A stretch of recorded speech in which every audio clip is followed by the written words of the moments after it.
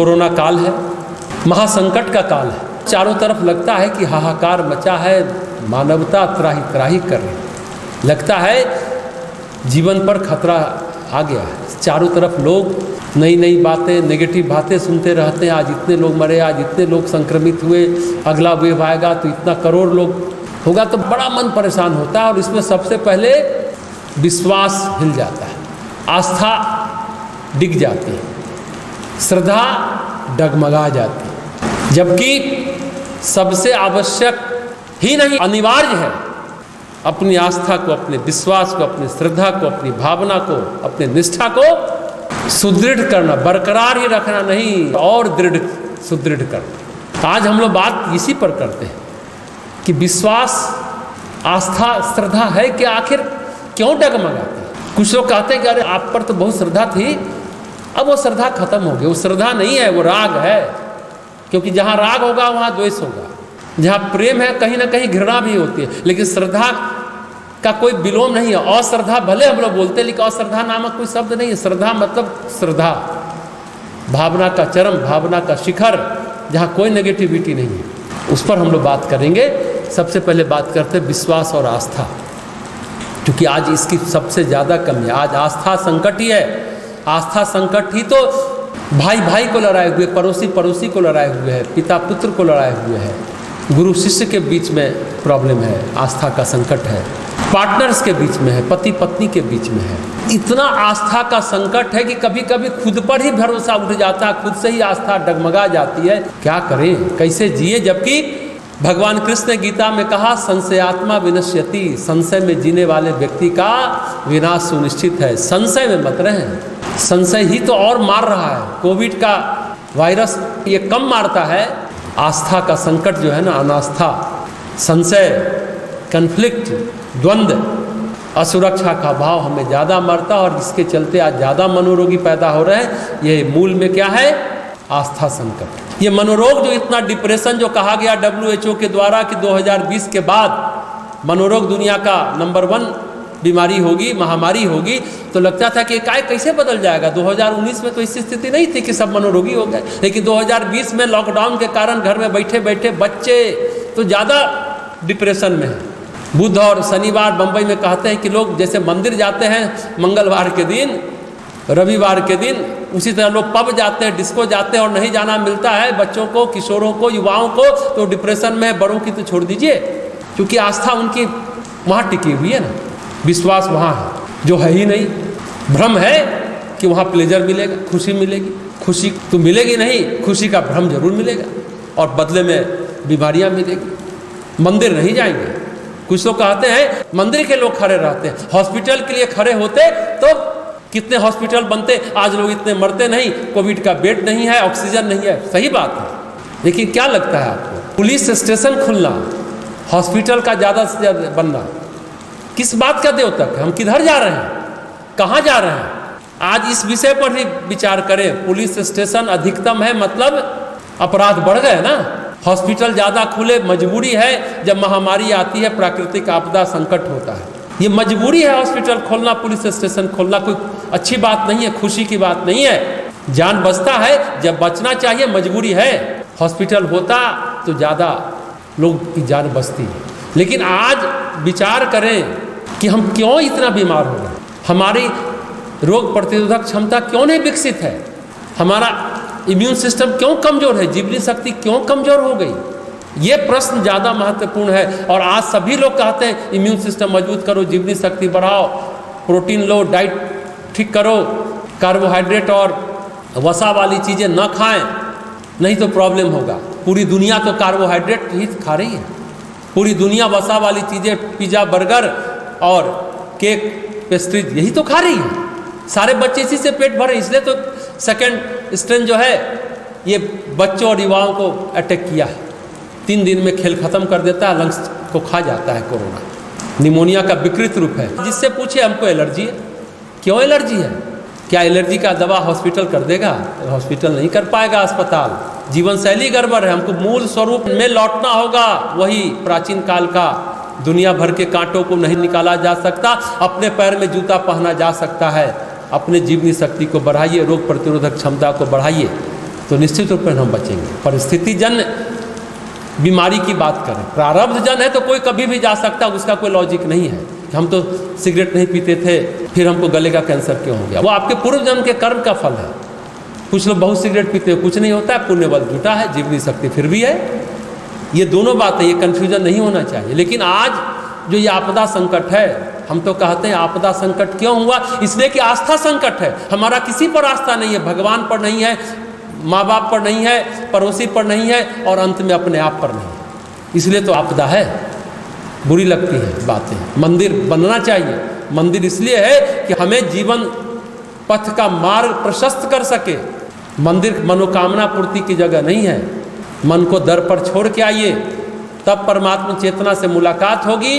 वो आस्था श्रद्धा होगा तो आप उनके चेतना को अपने अंदर ग्रहण करेंगे, यानी भक्ति का अमृत पी पाएंगे। अब अमृत मिलेगा तो आप क्यों मरेंगे?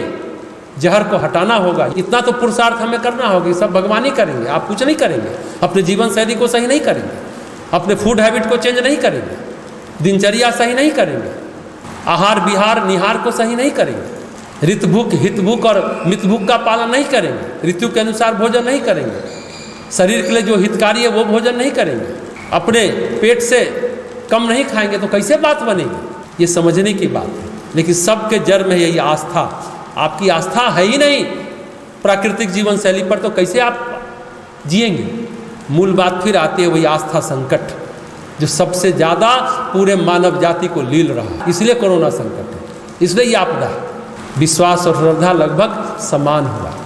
विश्वास की उम्र थोड़ी कम होती है, लेकिन आस्था की उम्र ज़्यादा होती है। जैसे हम जहाँ पैदा हुए, धीरे धीरे आसपास की चीज़ों को देखते समझते हैं, भरोसा हो जाता है, कई चीज़ों पर हो जाता है। थोड़े समय के लिए होता है या फिर ज़्यादा समय के लिए भी होता है। लेकिन जैसा हमने कहा, आस्था दीर्घावधि के लिए होती है। मतलब आस्था की आयु दीर्घ होती है, लंबी उम्र होती है। आस्था के मायने बड़े होते हैं, लेकिन विश्वास के मायने छोटे होते हैं। लेकिन विश्वास ही है आधार पर आस्था का पूरा कलेवर खड़ा होता है। इसलिए विश्वास कम महत्वपूर्ण है, इस बात को मत समझिए। विश्वास और आस्था का जो बेसिक बात है, विश्वास निजी होता है, निजता के लिए होता है, और आस्था के मायने बड़े होते हैं, विश्वास के मायने छोटे होते हैं। विश्वास जैसा हमने कहा निजता के लिए होता है, और आस्था निजता के साथ साथ परिवार समाज किसी के लिए भी हो सकता है। विश्वास के दायरे से आस्था का दायरा बड़ा होता है। हमारे परिवार की आस्था, हमारे समाज की आस्था अगर इस पीपल पेड़ में है, पिछले 3 पीढ़ियों से इस पीपल के पेड़ में पानी डाल रहे हैं, ये सब क्या है? ये सब विश्वास में भी संभव है। लेकिन जब लंबा समय बीत जाता है तो विश्वास को ही फिर हम आस्था कहते हैं। मतलब आस्था में उसका समय, उसकी अवधि, उसका अंतराल, उसकी प्रक्रिया कह सकते हैं, पिछले लंबे समय से चली आ रही होगी तो वो आस्था में परिणत हो गया। हमारी आस्था अगर राम भगवान पर है तो पूरा कुल वंश विष्णु भगवान को पूजता रहता है। या हमारा समाज रामायण के प्रति, गीता के प्रति आस्थावान है तो आस्था का दायरा व्यापक हो जाता है। दायरा छोटा नहीं होता। विश्वास प्रायः अलग अलग होता है, आस्था प्रायः हम सभी के लिए अपनी नहीं होती। कह सकते हैं कि आस्था के मिलने में विरासत भी होता है, यानी आस्था विरासत में भी मिलती है। पीढ़ियों से, परंपराओं से, समाज के रीति रिवाजों से भी आस्था का निर्माण होता है। इसलिए आस्था जीवन मूल्यों की होती है। जैसे सेना के अलग अलग रेजिमेंट होते हैं, उसकी अपनी अपनी परंपरा होती है। रेजिमेंट के कमांडर अलग अलग होते हैं, अब उनके रीति रिवाज अलग होते हैं, और कमांडर को उस रीति रिवाज को अक्षुण्ण बनाने रहने का दायित्व होता है। ये जमाने से चला रहा है। अब गोरखा रेजिमेंट है, वो जब भी स्टार्ट करेगा जय महाकाली, वहाँ पर कोई धर्मनिरपेक्षता की बात कहाँ करता है? काली का नारा क्यों दिया जाता है? अब जो गोरखा रेजिमेंट में है उनकी आस्था काली में है, महाकाली में तो जय महाकाली बोलते हैं, नारा देते हैं। लेकिन इस पर किसी ने सवाल नहीं उठाया कि महाकाली की जय क्यों बोलते हैं, क्योंकि हमारे आस्थाओं पर हमारे समूह का विश्वास है, और समूह का विश्वास है तो वो आस्था बढ़ जाती है। जबकि ये जय महाकाली क्या है? ये युद्ध घोष है, गोरखा रेजिमेंट का उद्घोष है जय महाकाली। उसी तरह हर रेजिमेंट का अपना अपना उद्घोष है, जाट रेजिमेंट का, मराठा रेजिमेंट का, राजपूत रेजिमेंट का, सबकी अपनी अपनी परंपरा, अपना अपना नारा है। देखिए, जब पहली बार विक्टोरिया क्रॉस मिला था, उसके बाद अपने यहाँ ये परंपरा रही परमवीर चक्र मिलता है। अंग्रेजों के ज़माने में विक्टोरिया क्रॉस मिलता था, अब अपने यहाँ परमवीर चक्र और बहुत सारे चक्र हैं, मिलते हैं। बर्मा मोर्चे पर अमुक रेजिमेंट ने फतह हासिल की तो विक्टोरिया क्रॉस मिला था। तो ये अपनी अपनी आस्था है, अपना अपना जीवन मूल्य है, इस तरह से आस्था को डिफाइन करना चाहिए। मज़े की बात है, नेपाली हैं, छोटे कद के होते हैं गोरखा रेजिमेंट वाले, शायद उस समय भारतीय सेना में, ब्रिटिश सेना में अंग्रेजों के ज़माने से भर्ती होते रहे। अब क्या होता है पता नहीं, लेकिन अब नेपाल ने इसे खत्म किया मालूम नहीं है, पर आस्था सबकी अपनी अपनी होती है, इस पर प्रश्न नहीं उठाया जा सकता और वह लंबी दीर्घ समय के लिए होती है। कभी कभी विश्वास दरक जाता है, कभी कभी आस्था भी दरक जाती है, पर आस्था मजबूती में विश्वास से दृढ़ होती है। जब हम कहते हैं कि श्रद्धा भावना से आती है, अब हम श्रद्धा की बात करें तो हमने कहा भी कि भावना का शिखर है श्रद्धा, श्रद्धा भावना से आती है। देखिए, विश्वास हमारे चेतन मन की परतों से आता है, आस्था अलग चेतना में आती है। हमारी जो सचेतन मन की परतों से ये आस्था आती है। बिना सोचे एक पल रुके अपने आप हम किसी कार्य को करने लगते हैं, स्वभाव हो जाता है हमारा, यही फर्क है। बिना सोचे समझे, बिना विचारे अपने आप करने लग जाते हैं, क्योंकि आस्था के बीज हमारे गर्भ में ही बोए जाते हैं। हमारी माँ देवी की उपासक है, हम गायत्री मंत्र करते हैं, हम अपने आप माँ अगर पूजा कर रही है तो खड़े हो जाते हैं बिना किसी सोचे विचारे। हम किसी मुश्किल में हैं तो अपने आप हमें देवी की याद आने लगती है, गायत्री माता की याद आने लगती है, स्वाभाविक रूप से होता है। या कहिए रेजिमेंट की तरह, या पारिवारिक परंपरा है, इसमें पूरा परिवार शामिल होता है। विश्वास के लिए एक शब्द हमने शुरू में कहा कि ये निजी होता है और विश्वास निश्चयात्मक मन में होता है, यानी निश्चयात्मक मन, दृढ़ता जिसे कहते हैं, उससे उपजता है। लेकिन चेतन मन में वहाँ मानसिक दृढ़ता होती है। विश्वास कुछ समय में बदल भी सकता है और नहीं भी बदल सकता है, पर आस्था प्राय नहीं बदलती है। राष्ट्रीय आस्था का विषय तिरंगा झंडा, भारत माता तो कहीं दिखती नहीं है, नजर नहीं आती है, पर पूरा देश टिका है तिरंगे पर, भारत माता पर पूरा देश टिका है, यही है आस्था। भारत माता दिखती है क्या? लेकिन भारत माता पर पूरा देश टिका हुआ है, इसी को आस्था कहते हैं। हमने पहले भी कहा था आस्था शब्द के बारे में, आ मतलब अस्तित्व और स्था मतलब स्थापना, अस्तित्व की स्थापना, यानी हम कहीं टिके हुए हैं, स्थापित हो गए हैं, अस्तित्व के किन किन बिंदु पर टिक गए हैं, यह है आस्था। जैसे ईश्वर पर आस्था, जीवन मूल्यों पर आस्था। हमारे पास अनुभव नहीं है लेकिन हम ठहरे हुए हैं, क्यों? वहाँ पर अनुभव पाने के लिए यह है आस्था।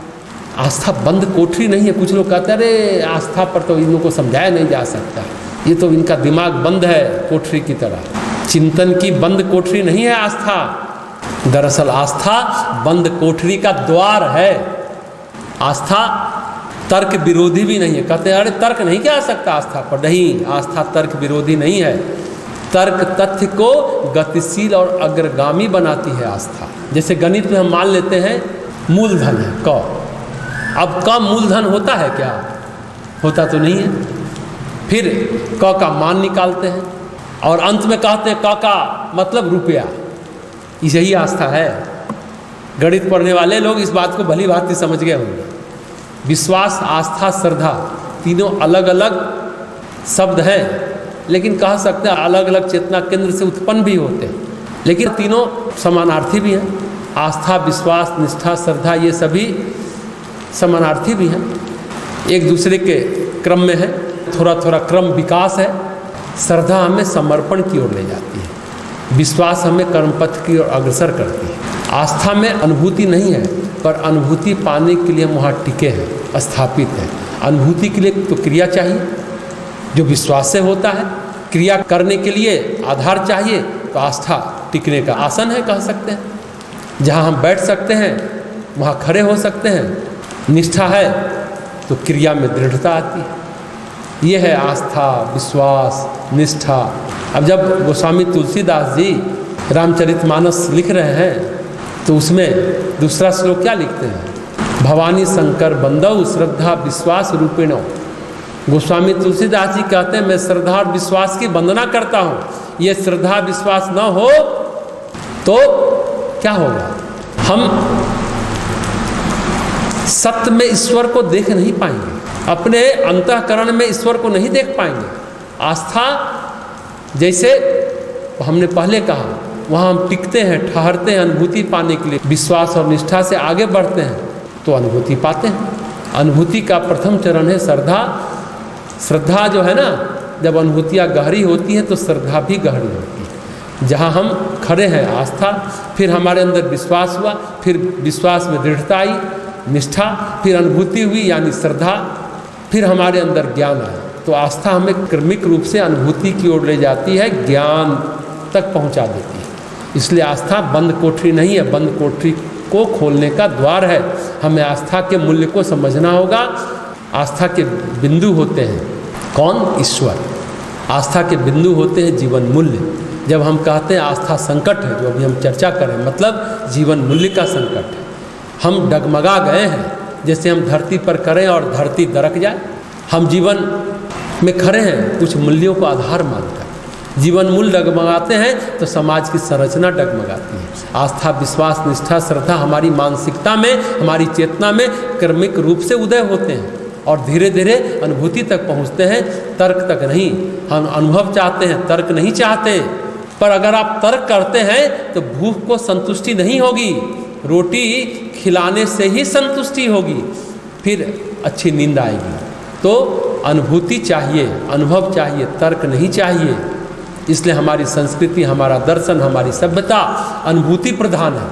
लेकिन हम लोग तो अपनी संस्कृति को समझते नहीं हैं। जब पश्चिम कहेगा तो हम योग को योगा समझ के मान लेंगे। हमारी संस्कृति, हमारा दर्शन, हमारी सभ्यता अनुभूति प्रधान है और उस अनुभूति में इंद्रिय अनुभूति से लेकर अंतः अनुभूतियाँ भी शामिल हैं। खाली इंद्रियों की अनुभूति नहीं, अंतःकरण की अनुभूति भी शामिल है। यह है आस्था का मर्म, आस्था के आयाम। फिर हमें ज्ञान की प्राप्ति होती है। आस्था जो है ना श्रद्धा तक जाती है, फिर जब श्रद्धा हो जाती है तो ज्ञान की प्राप्ति होती है। इसलिए गीता में भगवान कहते हैं ना, श्रद्धावान लब्धते ज्ञान। श्रद्धावान को ही ज्ञान उपलब्ध होता है। क्या बात है, समझने की बात है।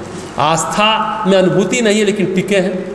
विश्वास क्रिया है, क्रिया में दृढ़ता है तो निष्ठा है, अनिष्ठा है तो श्रद्धा तक पहुँचे। ये भावना का ही स्वरूप पूरा है। इसलिए भावना की पूर्णता श्रद्धा की पूर्णता है, फिर हमें ज्ञान की प्राप्त होती है। इसलिए भगवान कृष्ण गीता में कहते हैं श्रद्धावान लब्धते ज्ञान। ये बहुत बड़ी बात है। फिर श्रद्धा है तो ज्ञान ही ज्ञान है, श्रद्धावान को ही ज्ञान उपलब्ध होता है। जीवन मूल्यों पर आस्था यही है कि परिस्थितियाँ कुछ भी हो, हम अपनी आस्था पर टिके रहें। ये जीवन मूल्य की आस्था है। जीवन मूल्य पता ही नहीं है, जीवन क्या है इसके बारे में पता नहीं। बस खाओ पियो मौज करो, पेट और प्रजनन हो, खाओ पशु की तरह और बच्चे पैदा करो, पेट और प्रजनन, पशुवत जीवन है। आस्था क्या समझ में आएगी?